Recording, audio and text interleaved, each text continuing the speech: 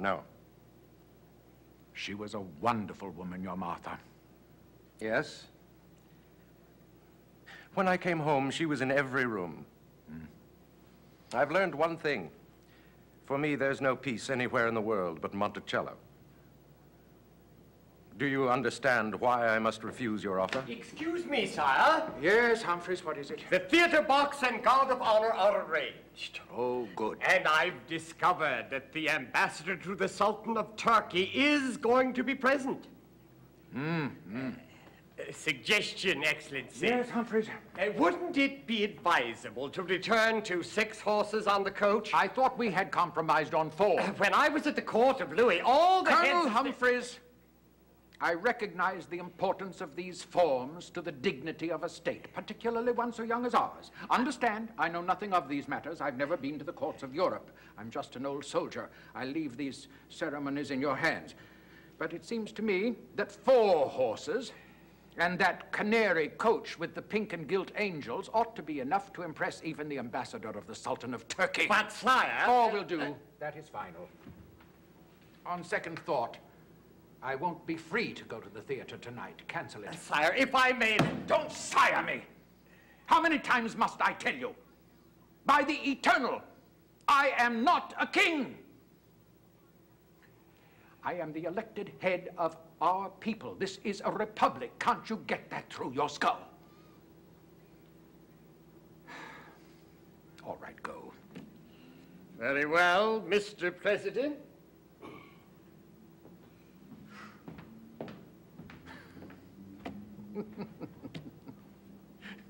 I was offered the crown. The crown? Twice. I don't want to be a king, Tom. I know you don't, Mr. President. You've no idea. Every eye is on this office. Some of our people suspect me.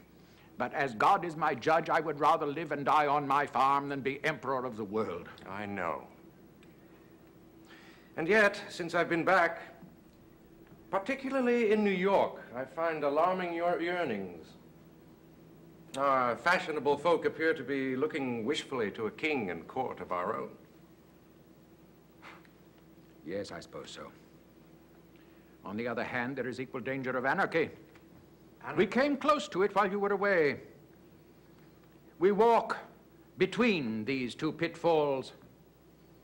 Our people don't take to discipline, but without it we shall be lost. We've yet to see how large a dose of freedom men can be trusted with. Even in the earliest days of Virginia, you were close to them. You seemed always to understand them. In this office, I find myself far removed from direct contact with them. I need your agency. I need their faith in you. This is the last great experiment for promoting human happiness. I need the hand that wrote, "All men are created equal." I can't let you go home yet, Tom. I need you here.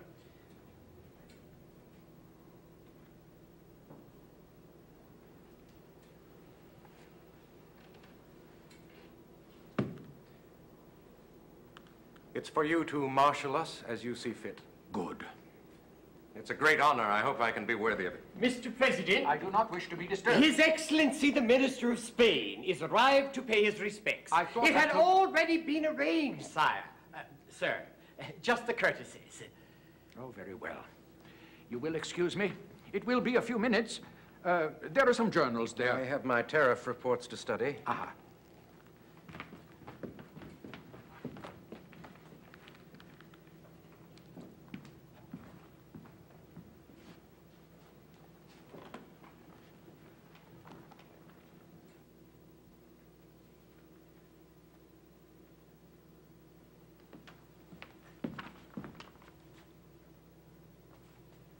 You're Jefferson. Yes. I'm Hamilton. The Hamilton. Alexander. Your servant. Yours. I read your Federalist papers when I was in France. Brilliant. You've given me a great deal of pleasure. Well, thank you. Yeah? Troubles? God, yes. You have a pleasant voyage home. It seemed forever. Of course. Have you accepted the Secretary of State? Yes. My congratulations. We must work in concert. I'm such a stranger here, I shall lean on you. I'm afraid it's I who need your help. Mr. Jefferson, it's enough to make any man who loves America want to weep. Now, forgive me. I shouldn't burden you with this. It's a matter of my own department. If I can be of any assistance. It's often been remarked that it's given to this country here to prove once and for all whether men can govern themselves by reason, or whether they must forever rely on the accident of tyranny. An interesting thought, Mr. Jefferson. God, yes. We live in an era perhaps the most important in all history. An interesting thought. An awful thought. For if it is true, then we dare not fail. No. But we are failing. We haven't that much foreign credit. The paper money issued by the states is worthless. We are in financial chaos. The galling part is that I have a remedy at hand. The solution is so simple. A nation's credit, like a merchant's, depends on paying its promissory notes in full. Now, I propose that the federal treasury pay 100 cents on the dollar for all the paper money formerly issued by the states. Our credit would be restored instantaneously. Mr. Madison spoke to me briefly of your bill last night. It seems there's been some speculation in this paper, and he fears... Madison. I loved that man. I thought so highly of that man. I swear I would not have taken this office except I counted on his support. Now he's turned against me. Mr. Madison has a good opinion of your talents, but this speculation... I don't want his good opinion. I want his support. Will you use your influence? I've been away 6 years. I'll need time to study the facts. There is no time. 3 or 4 weeks. 3 or 4? For God's sakes, man, don't you understand what I'm trying to tell you? The North is about to secede. Secede? Hasn't the president told you? No. Unless my bill is passed, there is every prospect the Union will dissolve. I'm aware there's a great deal of tension here. Walk in on a session of Congress tomorrow. I see evil on both sides. However, it seems to me that if the Union is at stake, reasonable men sitting about a table discussing this coolly should arrive at some compromise. Have dinner with me tomorrow night. Delighted. I'll invite a friend or two. Mr. Madison?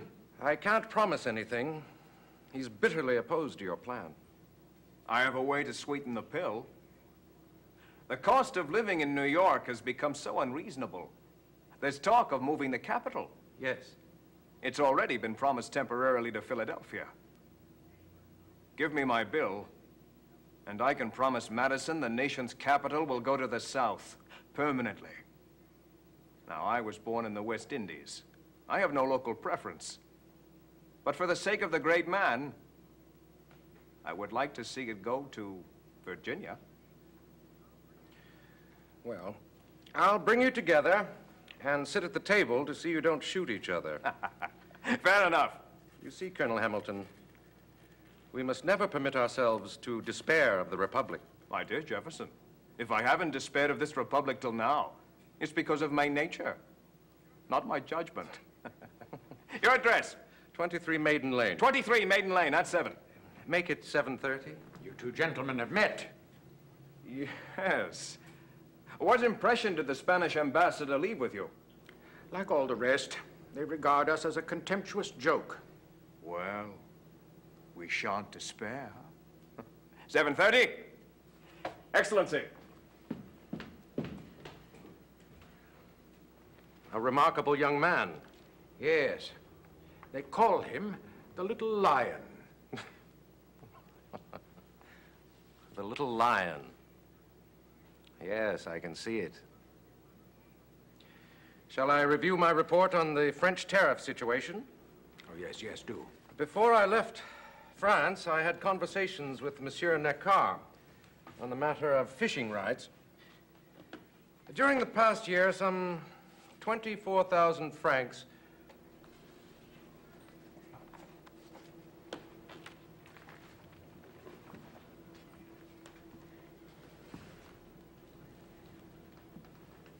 Nice day, isn't it? Oh, yes, yes. Have you a fishing pole for me? How did you guess? You don't mind now? I can't think of a better way to discuss the affairs of a republic. Sergeant, Sergeant, Yes, sir. I'm not to be disturbed by anyone.